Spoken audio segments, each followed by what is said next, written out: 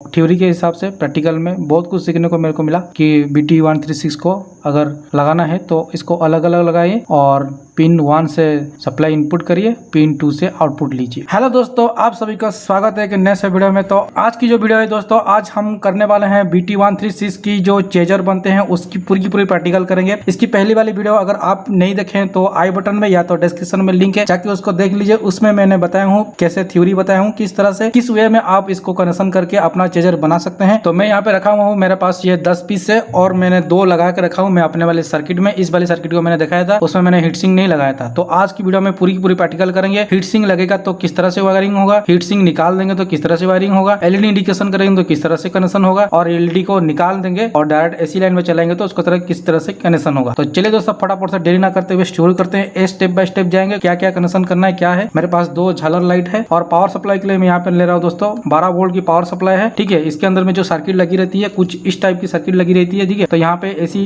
का सेक्शन है और ये डीसी आउटपुट वाला सेक्शन है। तो इसका 2 सेक्शन है। ठीक है, एसी वाला इनपुट सेक्शन है और आउट वाला का एक सेक्शन है। तो ये अलग अलग है। तो इसके लिए क्या करना होगा वो भी मैं आपको बताऊंगा किस तरह से कनेक्शन करना है। ये वाली सर्किट में नेगेटिव आउटपुट होता है। ठीक है, ये मेरा पावर सप्लाई हो गया और ये मेरी BT136 और ये मेरी 2 झालर है। ठीक है, ये एक झालर है, ये एक झालर है। तो उससे पहले दोस्तों मैं अपना सर्किट जो है सर्किट बोर्ड का मैं बता देता हूँ कहाँ से क्या उठाना है। जहाँ पे रेजिस्टेंस लगी होगी 10K का रेजिस्टेंस, इसकी जो पॉइंट है उसमें आपको सप्लाई देनी है 9 से 12 वोल्ट। यहाँ पे देखिए कलेक्टर में 2 ट्रांजिस्टर का कलेक्टर एक साथ में मिला हुआ है। तो यहाँ पे है ये जो पार्ट है ये हमारा नेगेटिव का पार्ट है। तो यहाँ पे मैंने रेजिस्टेंस लगाया हूँ 1K का, वहाँ पे एक एलईडी लगा के इसको ट्रिगर करेंगे। उसके बाद ये वाला ट्राई का देखिए, इसका एक ये है 3 नंबर पिन है, रेजिस्टेंस लगाया हूँ 1K का ये वाला है। और बचा आपका बीच वाला 2 नंबर और ये 1 नंबर। सबसे पहले 12 वोल्ट का सप्लाई दे देंगे। तो दोस्तों ये देखिए मैंने यहाँ पे पॉजिटिव सप्लाई कनेक्शन कर दिया हूँ और यहाँ पे नेगेटिव सप्लाई जो पिन मैंने दिखाया था वही पिन में मैंने कनेक्शन कर दिया हूँ। आप देखिए दोस्तों अब करना क्या है। तो अब चलिए दोस्तों मैं इसको चेक करके दिखाता हूँ। ठीक है, क्योंकि एलईडी पहले से ही लगी हुई है तो किस तरह से इफेक्ट है मैं आपको चला के अभी दिखाता हूँ।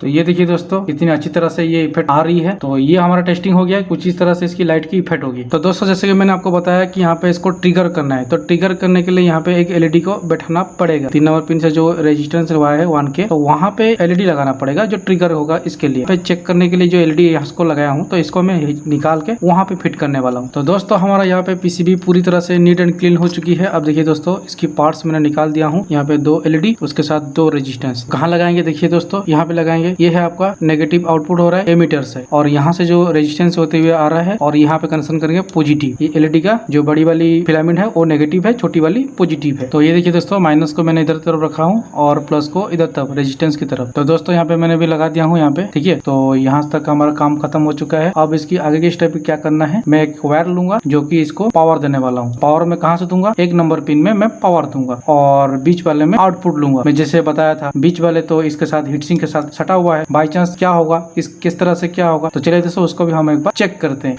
तो ये तो सोल्डरिंग हो चुका है, तो वहां से यहाँ तक कैसे आएगा। तो इसके लिए हम एक तो छोटी सी वायर का टुकड़ा यूज करने वाले हैं।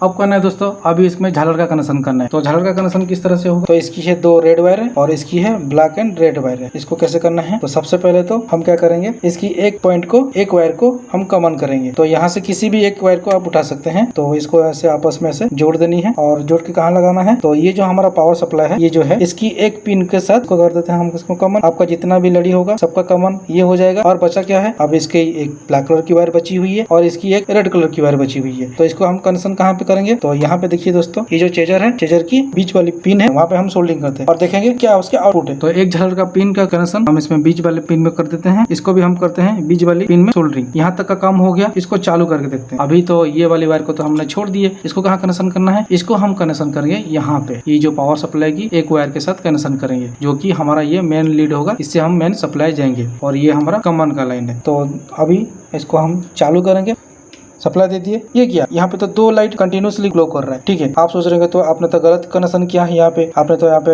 हीट सिंक लगा दिए हैं जहाँ से इसका दोनों तरफ सप्लाई जाता है। तो ये बात भी हो सकता है। तो चलिए दोस्तों एक बार इसकी हीट सिंक को निकाल के देखते हैं क्या होता है। तो दोस्तों यहाँ पे मैंने हीट सिंक तो निकाल दिया हूँ, इसको साइड कर दिया हूँ। तो दोस्तों जैसे कि मैंने आपको बताया था कि इस चीज को ट्रिगर करने के लिए यहाँ पे एक सप्लाई जाता है जो कि 12 वोल्ट सप्लाई या 9 वोल्ट सप्लाई जो आप सप्लाई देते हैं। तो हमने तो इसमें सप्लाई दिए ही नहीं। तो चलिए दोस्तों सप्लाई देके देखते हैं। हीट सिंक भी हटा दिया फिर भी नहीं हो रहा है। चलिए दोस्तों इसमें सप्लाई सप्लाई देके देखते हैं। तो सप्लाई देने के लिए मैं यहाँ पे यूज कर रहा हूँ, यहाँ पे इस टाइप की कुछ वायर है जो कि ग्रीन कलर की। तो दोस्तों यहाँ पे मैंने सप्लाई तो दे दिया हूँ 12 वोल्ट का। अब दोस्तों चलिए चेक करते हैं यहाँ पे इफेक्ट किस तरह से आता है। तो अभी मैं स्विच ऑन करने वाला हूँ, तो देखते हैं दोस्तों। तो यहाँ पे मैंने स्विच ऑन किया, ये देखिए दोस्तों हमारा चार्जर सर्किट कंप्लीट हो चुका है। यहाँ पे मैंने क्या किया हूँ, हीटसिंक को निकाल दिया हूँ, 1 नंबर पिन में इसमें सप्लाई दिया हूँ, 2 नंबर पिन में इसको आउटपुट लिया हूँ। अब चलिए दोस्तों इसको उल्टी करके देखते हैं। तो क्या करना होगा, 2 नंबर पिन में इनपुट देंगे और 1 नंबर पिन में आउटपुट लेने की कोशिश करेंगे। तो इससे क्या होगा हम देखेंगे, ठीक है। तो सबसे पहले कनेक्शन को उल्टी करते हैं। तो उल्टी क्या करना है दोस्तों, तो इसकी जो सप्लाई वाली कनेक्शन है उसको करनी है 2 नंबर में और आउटपुट जो है उसको करनी है 1 नंबर में। बाकी सब सेम रहेगा, जैसे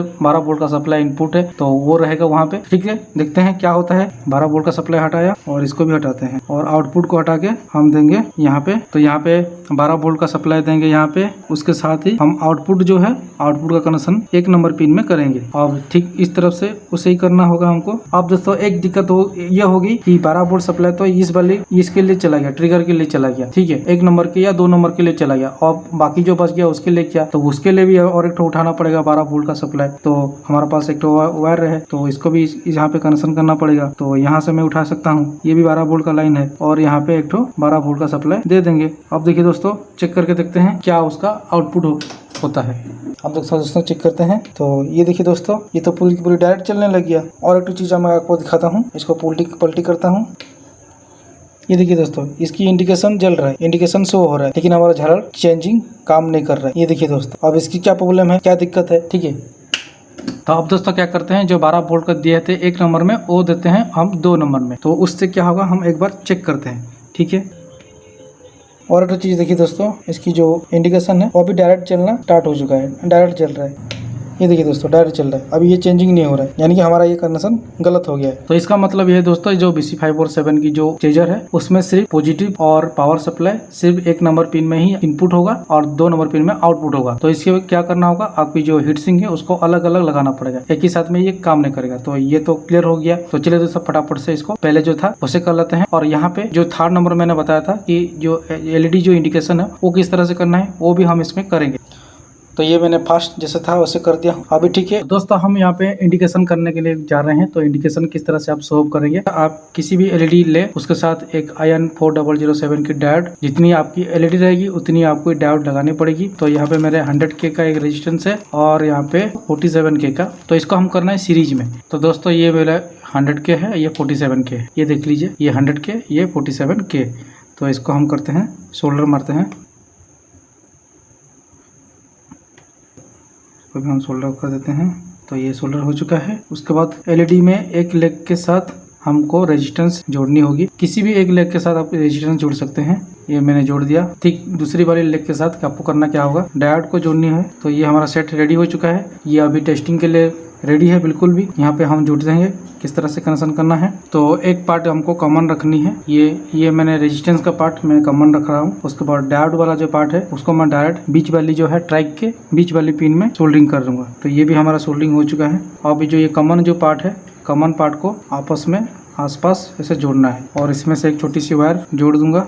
अब ये तो पहले से ही इसमें एक फेज जा चुका है, दूसरी वाली जो कॉमन वाली फेज है उसको मैं इस वाली वायर के साथ जोड़ूंगा। तो ये हमारा चार्जर कंप्लीट हो चुका है। तो यहाँ पे मैंने 100K का लगाया हूँ क्योंकि यहाँ पे वोल्टेज थोड़ी सी डाउन पड़ रही थी। तो मैंने यहाँ पे 47K का रेजिस्टेंस निकाल दिया। तो 100K में यहाँ पे लगा हुआ है, ठीक है। तो चलिए इसमें लाइन देते हैं। ये देखिए दोस्तों,